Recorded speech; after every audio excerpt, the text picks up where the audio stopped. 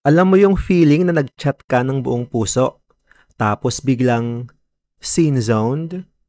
Para kang tinutusok sa dibdib. Walang literal na sugat, pero masakit. Hindi lang ito drama. Ayon sa neuroscience, literal na nasasaktan ka kapag ini-ignore ka online.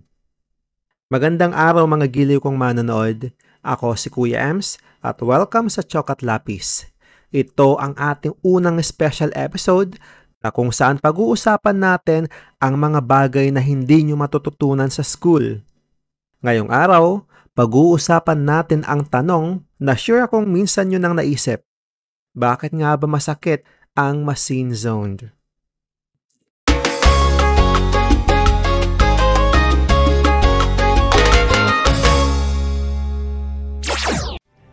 Dati, pag gusto mong iwasan ng tao, kailangan mo lang umiwas. Literal. Ngayon, may bago ng paraan ng pag-iwas. Ang simpleng pag-seen sa chat. At kahit sabihin mong okay lang to, minsan, hindi talaga siya okay. Kasi may parte ng utak mo na parang nagpapanik. Parang sinasabi, "Uy, hindi ako mahalaga."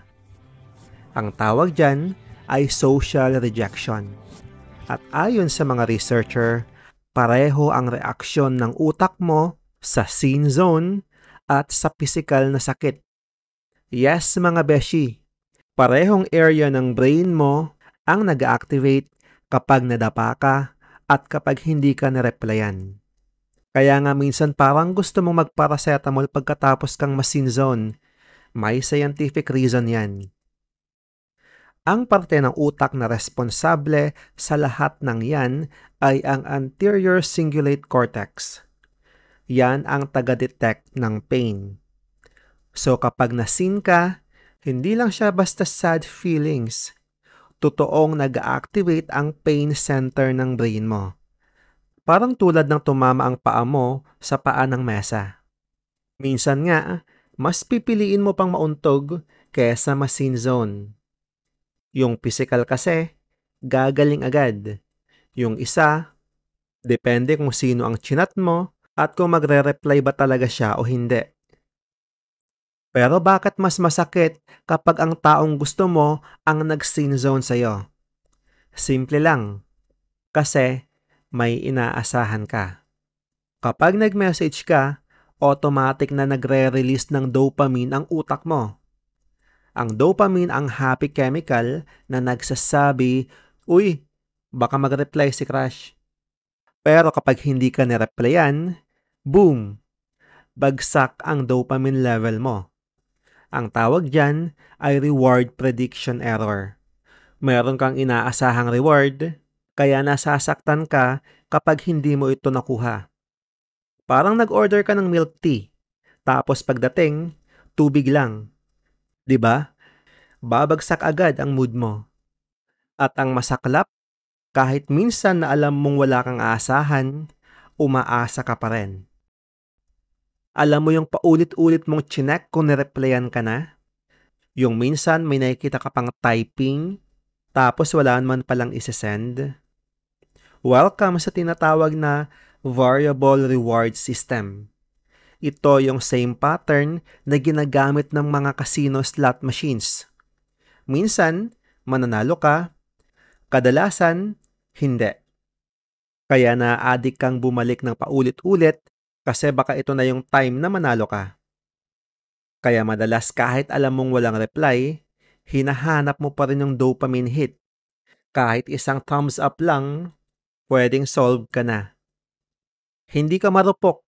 Nilikha lang talaga ang tao na laging umaasa.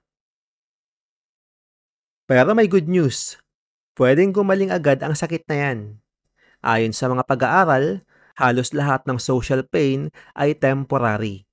Ang kailangan mo lang ay palitan yung rejection ng mga bagay na magpapasaya sa'yo. Makipag-usap ka sa mga kaibigan mo. Gawin mo yung mga hobbies na nagpapasaya sa'yo. O kaya, kahit simpleng pahinga lang sa social media. Kapag nakakuha ka ulit ng positive connection, nagre-reset ang utak mo. Bumabalik ang dopamine. bumabalik ang gana.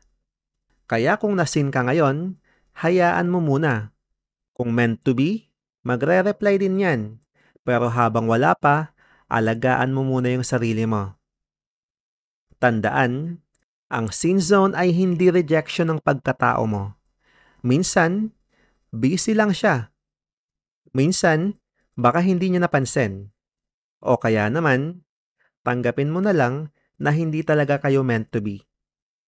Kaya may choice ka kung mananatili kang stuck sa pagiging sin-zoned o lilipat ka na sa mga bagay o tao na mas nagpapahalaga sa'yo. Kung natuwa ka sa episode na to, don't forget to like, hit that subscribe button at i-click ang notification bell para updated ka sa susunod nating kaalaman. Dito sa Chokat Lapis, sama-sama tayong matututo sa pinaka-nerdy pero pinaka-fun na paraan.